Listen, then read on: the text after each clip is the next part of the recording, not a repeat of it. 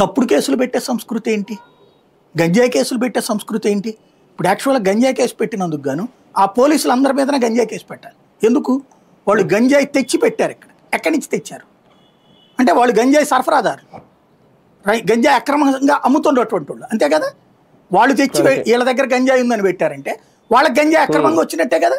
వాళ్ళ మీద కదా గంజాయి కేసు పెట్టాల్సింది, వాళ్ళ మీద కదా గంజాయి కేసు పెట్టాల్సింది. మాదక ద్రవ్యాల కేసు వాళ్ళ మీద కదా పెట్టాల్సింది. ఆ పోలీసులకి వాళ్ళకి వాళ్ళ ఫోన్లు సీజ్ చేయండి, వాళ్ళ ఫోన్లకి ఎవరు ఆర్డర్ ఇచ్చారు అది పట్టుకోండి, ఆ ఫోనుల్లో ఉంటది కదా అది పట్టుకోండి, ఆ ఎవడిచ్చాడు ఆర్డర్ అనేది వాడిని కూడా పట్టురండి. అప్పుడు తెలుస్తుంది. ఇట్లా దొంగ కేసులు పెట్టేటటువంటి వాడు, దొంగ కేసులు పెట్టమనేటటువంటి వాడు బొక్కలో దొయ్యి. ఎందుకు ఈ దిక్కుమాల కేసులు? ఒక మాటను అంగీకరించలేరా మీరు?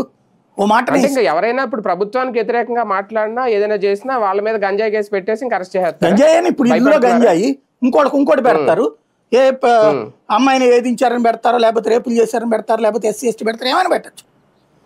ఇది మనం గంజాయి ఒకటే చూసాం ఇక్కడ, ఇంతకుముందు పెట్టలేదు కొన్ని కేసులు, వేరే వేరే కేసులు అన్నిటి.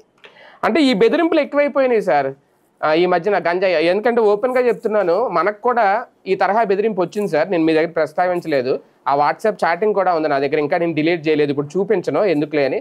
ఏదైనా అంటే మీ మీద గంజాయి కేసు పెట్టాలి ఏంటి సార్ ఇది? అంటే ఏ తరహా బెదిరింపు?